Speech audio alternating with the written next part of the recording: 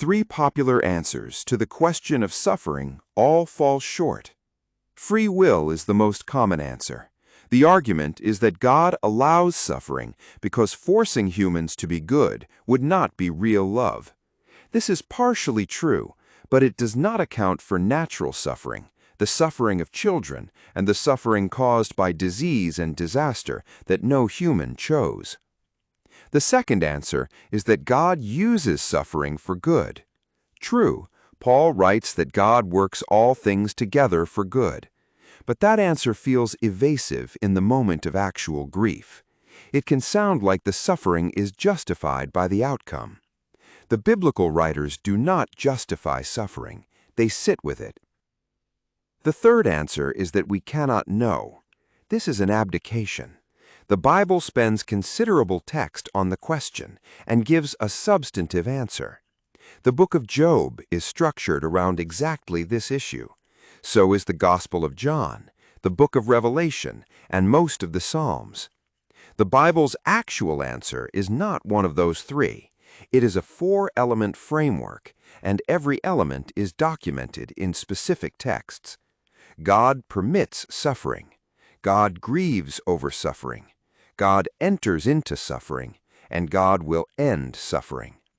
Each of those is a real claim. Each can be located in Scripture. Together, they form an answer more honest and more uncomfortable than the popular alternatives.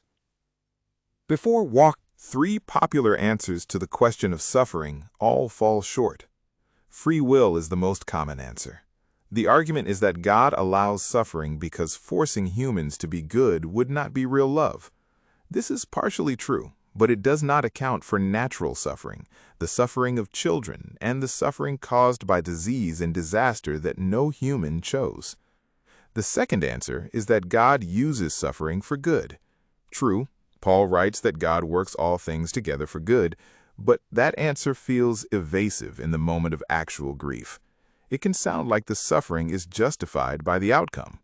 The biblical writers do not justify suffering. They sit with it. The third answer is that we cannot know. This is an abdication. The Bible spends considerable text on the question and gives a substantive answer. The book of Job is structured around exactly this issue. So is the Gospel of John, the book of Revelation, and most of the Psalms. The Bible's actual answer is not one of those three. It is a four-element framework, and every element is documented in specific texts. God permits suffering, God grieves over suffering, God enters into suffering, God will end suffering. Each of those is a real claim. Each can be located in Scripture. Together, they form an answer more honest and more uncomfortable than the popular alternatives. Before walking the four elements, the framing problem matters. The popular answers all treat suffering as a problem to be solved by an argument. If God is good and God is all-powerful, why is there suffering? And the implied move is to find the logical resolution that preserves all three premises. The Bible does not approach suffering as a logic problem. It approaches suffering as a relationship between God and creation. The book of Job is the master text on this question, and Job is not a treatise. It is a 42-chapter conversation. Job suffers. Job's friends offer three popular theological arguments, all of which are explicitly rejected by God at the end of the book. Then God speaks, and God's answer is not a logical proof. It is a 4-chapter description of the universe Job lives in. What the book of Job teaches by its structure is that the question of suffering cannot be fully resolved by argument, because the question is not first a logic question, it is a relational question. Why are you, the personal God who is good, allowing this to happen to me? The answer is not a syllogism, it is a presence. This matters for what follows. The four-element framework is not the resolution that answers the question and closes the case. It is a description of what God actually does in the presence of suffering, what Scripture says God does with chapter and verse, and the framework is meant to be lived inside, not solved. Each element is real. Each is in the text. None of them, taken alone, is the whole picture. Taken together, they are the closest thing the Bible offers to an answer. Now to the four elements, each one anchored in specific scripture. Beginning with the hardest. God permits suffering. This is the element that is hardest to say plainly. Scripture does not soften it. The book of Job opens with a heavenly scene in which God explicitly permits Satan to afflict Job, not because Job has done wrong, not because Job needs correction, but for reasons that Job himself is never told. The text is uncomfortable on purpose. Job suffers because God allowed it. This is the part the free will defense cannot fully cover. Job's children die in a natural disaster. Job's body is afflicted by disease. No human choice caused these things. The text places them within the scope of what God permitted, and the text never explains. When God finally speaks in chapters 38 through 41, the answer is not why I allowed this. The answer is a description of the world Job did not make and does not understand. The foundations of the earth, the boundaries of the sea, the wild creatures who do not serve humans. The point is not that Job's question was wrong. The point is that Job was not in a position to receive a logical answer that would satisfy him. God's response is not a justification, but a reorientation. God grieves over suffering. The shortest verse in the New Testament is John 11:35. Jesus wept. It comes at the tomb of Lazarus, a man Jesus is about to raise from the dead. He knows the resurrection is moments away. He weeps anyway. The text refuses to let grief be a sign of unbelief. Even when God is about to undo death, God grieves at death.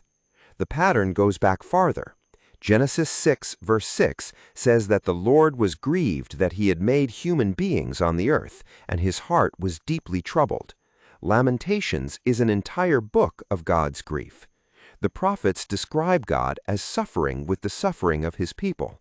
Hosea, Jeremiah, Isaiah all use this language.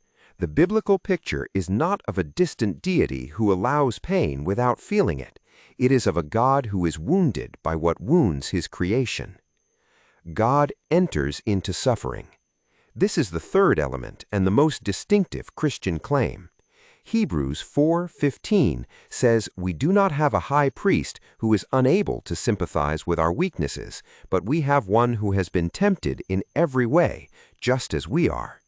The incarnation is the claim that the God who permits suffering and grieves over suffering also entered into suffering, became fully human, lived inside a body subject to hunger and exhaustion, was misunderstood, betrayed, tortured, and killed. Isaiah 53, written centuries before the crucifixion, describes the suffering servant as one acquainted with grief, a man of sorrows, despised and rejected. The Christian claim is that this prophecy was fulfilled in the historical figure of Jesus, and that in Christ, God has personally entered the suffering of the world. This is the answer the book of Job hinted at but could not deliver. When God speaks from the whirlwind in Job 38, the answer is a description. When God speaks from the cross in the Gospels, the answer is presence. God will end suffering. The fourth element points forward. Revelation 21:4. He will wipe every tear from their eyes. There will be no more death or mourning or crying or pain, for the old order of things has passed away. Romans 8:18-23 describes the entire created order as groaning, waiting for the renewal. 1 Corinthians 15 describes death itself being defeated as the last enemy. The biblical claim is that suffering is not eternal. The story ends with the suffering ended, every tear wiped, every wound healed, every death undone. The framework is not that suffering does not matter. The framework is that suffering will not have the last word. What this changes about how Christians suffer is significant. The popular answers each have a flaw. The free will answer alone leaves the sufferer wondering why God did not intervene. The "God uses it for good" answer alone makes the suffering feel justified by its outcome. The "we can't know" answer alone abandons the sufferer to silence. The four-element framework holds the tensions together. God permits suffering. The sufferer is allowed to feel the weight of that without softening it. God grieves over suffering. The sufferer is not alone in mourning what is happening.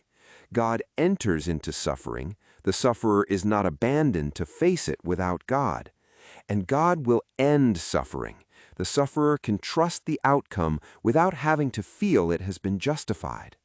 This is closer to how the biblical writers actually talk about suffering than any of the popular three. Paul does not say his thorn in the flesh was good in itself. He says God did not remove it, that grace was sufficient, and that God's power is made perfect in weakness. That is the framework in compressed form. Permit, grieve, enter, end.